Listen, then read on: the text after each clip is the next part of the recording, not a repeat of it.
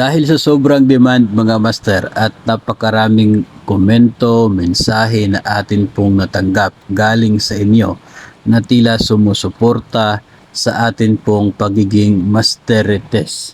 Master Marites. Ewan ko ba. Basta napakarami po ninyo na nagkomento doon sa post natin kagabi.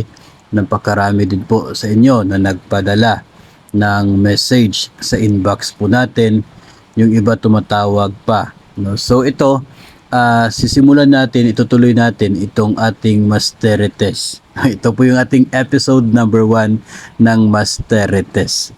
Gusto ko lamang po ipaalala sa lahat na ito po ay base lamang sa mga mensahe po na ating natatanggap galing po sa inyo, at hindi lang ito basta mensahe lang, no, na pumasok lang sa isip po ng sender ng message, pero may mga sources po sila. Pagpasensyahan nyo na rin po, no, yung ingay na nasa background dahil sobrang lakas po ng ulan ngayon dito sa amin, at hindi naman po noise proof or ano mo tawag doon. Nakakapasok po yung ingay ng ulan dito po sa loob, kaya hayaan na lamang po natin yon kasi hindi po natin yung kontrolado. Ito po ay related doon sa mga bagay, no, doon sa mga inaabangan, no, ng maraming mga personnel. This is related doon sa atin pong inaasahan at pinagdarasal na salary increase, no. Ito po kasi yung nangyari, no. Mayroon po nag-message po sa atin at nagtatanong kung legit ba yung isa pong table ng salary schedule, 2024 salary schedule. Yung nakita ko po, isa po talaga yung napansin ko. Super familiar ako doon sa figures na yon. And tinignan ko na lamang talaga yung sahod ng salary grade 11 step 1. And yung nakita ko po ay very familiar na figure, which is 29,700. So doon ko po talaga, yung pumasok talaga sa isip ko ay yung House Bill number 8081. Ito po yung House Bill authored by Representative Ralph Recto, na ngayon ay Finance Secretary ng Marcos Administration. Ito po yung naging sagot natin sa nagpadala noon is that saan naman galing yan? Yun po yung tanong ko, saan naman galing yan? Baka doon sa isa pong website, yung avenue.ph yata yun. I'm not sure kung tama yung pagka-pronounce ko, pero parang ganun yung site. Kasi napakarami po ninyo na nagpapadala sa atin ng screenshot ng post ng website na yon, na ito daw yung magiging Salary Standardization Law 6. And wala naman pong batas for that Salary Standardization Law 6. Tapos House Bill number 8081 yung nakapost doon sa website nila.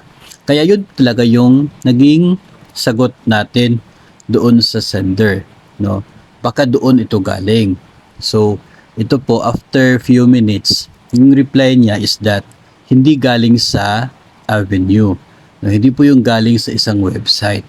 Ngayon ang nangyari, itong kapatid niya, no, talagang pagmamarites, no, daw, parang puro tayo daw nito. Itong kapatid niya kasi is from isang malaking paaralan.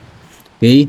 Isang malaking paaralan, and I believe isa itong implementing school. Doon pa lamang sa pangalan ay klaro na isa itong autonomous school or implementing school. Ibig sabihin nun, yun yung mga paaralan, secondary schools, na yung pondo nila ay hindi dumadaan sa division office, no? Autonomous sila in the sense na yung budget nila ay doon directly sa school na yon pumapasok sa kanilang account doon sa bangko, no, sa bangko, isang government servicing bank. So sila po yung gumagawa ng payroll nila, sila po yung gumagawa ng mga disbursements nila, and maging sa mga collections. So isa siyang implementing school, sa pangalan pa lamang. Then ito kasing sa implementing school na ito ay pinatawag sa region, no, sa regional office. Okay? Sa region daw yon. Tapos napag-usapan ang isang update tungkol sa salary increase, no? Siguro baka may kilala kayo na pinatawag sila sa region para pag-usapan ang ganito. Maybe you can confirm or maybe you can deny. Pero yun yung update na binigay sa kanila from finance after nung nangyari sa region nila. Okay? Yung sinabi ng region ay ito daw yung magiging schedule for the year 2024. And yung basic pay daw, itong sahod ngayon would be 110% of the last year. Yun nga po talaga yung laman ng House Bill 8081, no? Yung kang ngayon Secretary Recto, 10% increase. Now, yung atin po talagang palagi po nating sinasabi is that ito ay mahirap umasa, no? Mahirap umasa kapag we will assume na talagang ito na, no, yung mangyayari. Dahil wala pa naman po tayong nakikita na talaga pong black and white document, no, na isa pong executive order o kaya ay Republic Act for this. Ang alam po natin, itong bill na ito ay pending pa sa Committee on Appropriations doon po sa House of Representatives, and even with other bills pending pa sila. So ang sabi ko is mahirap na umasa na ito talaga yung mangyayari, no, unless kung mayroon na tayong hahawakan na legal document to support, no? Then yun po, yun yung naging mensahe ng nagpadala nito sa atin, that was coming from their doon po sa regional office, isang rehiyon, na pinatawag yung mga nasa finance, including yung nandoon sa isang implementing school. And yun pa nga, yung sabi is sa July, no, sa July daw, no, again, I'm saying this again, this is not confirmed, this is not, wala po tayong proof to say na talagang yun na po mangyayari na by that month, pero titingnan po natin, no, abangan po natin. Tapos ang magandang balita pa doon kasi effective January daw siya. So ibig sabihin yung differential from January to June ay babayaran din. No, sobrang ganda kung yun po yung mangyayari. Ngayon, hindi ko po talaga ito nilabas, no, immediately, because hindi naman po talaga ito confirm. Naalala ko lang kasi there was a time na may nag-message din po sa akin regarding doon sa May 31 na end ng school year. Kasi sila, sabi niya ay nag-prepare na, no, mayroon na silang preparation sa mangyayari by May 31. Tapos mayroon na silang preparation doon sa pag-set ng mga schedules until May 31. Nangyari yung pag-message niya sa akin ay way before nung lumabas yung DepEd Order number 3. No, talagang sobrang advance, no.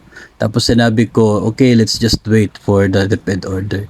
Nung lumabas na po yung DepEd Order, pinag-content po natin, yung sabi niya sa atin is, di ba sabi ko sa inyo, di ba, mangyayari yon kasi yun na nga yung naging meeting doon sa region, tapos ito na, nagkaroon na ng finalization doon sa schedule na yon at pirma na lamang yung hinihintay. So naisip ko na dahil sa sobrang dami ng mga nagme-message sa atin everyday tungkol dito sa particular sa increase sa sahod o kaya ay sa pera, then lagi ko po talagang sinasabi is wala pa, no? Wala pa kasi wala pa man po talaga.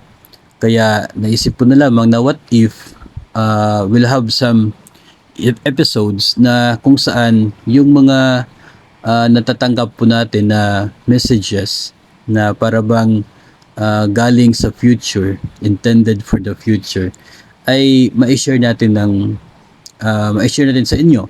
Tapos paulit-ulit ko lang sabihin talaga na ito ay hindi pa talaga confirm. Ito ay hindi pa sure na as in mangyayari na, pero may mga usapin na tungkol dito, no? And you are all excited.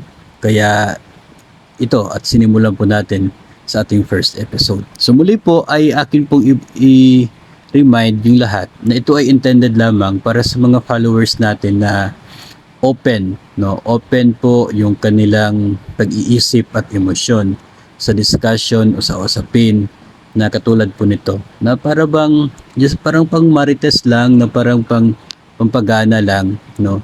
And para just hindi po natin iisipin na walang ginagawa yung gobyerno as of now, no? Ito ay yung na-mention po natin dito ay related sa salary standardization law. And hindi po dito related yung study ni DepEd with the World Bank. Iba po yun. Kasi si President Marcos ay mayroon pong order to DepEd, no, na magkaroon ng isang separate study which will be the basis for an increase exclusive for DepEd personnel. So iba po yun, usapin tungkol sa salary increase exclusive for teachers. Iba rin yung usapin tungkol sa increase na intended for civilian personnel. Pero yung sa civilian personnel ay makaka-avail pa rin yung mga DepEd personnel. So, again, ito po ay wala pang confirmation, wala pang black and white document. Ito ay galing sa isang experience na na-share sa atin na nangyari sa kanila as they were called for a discussion on this, no, and they were informed na ganun po yung mangyayari raw, at atin na lamang pong asahan siguro na the government is doing something on this matter, no. Wag lang po muna nating asahan na talagang mangyayari na ito at isasangla na natin yung increase, kasi yun nga, wala pa tayong black and white document na pinaghahawakan.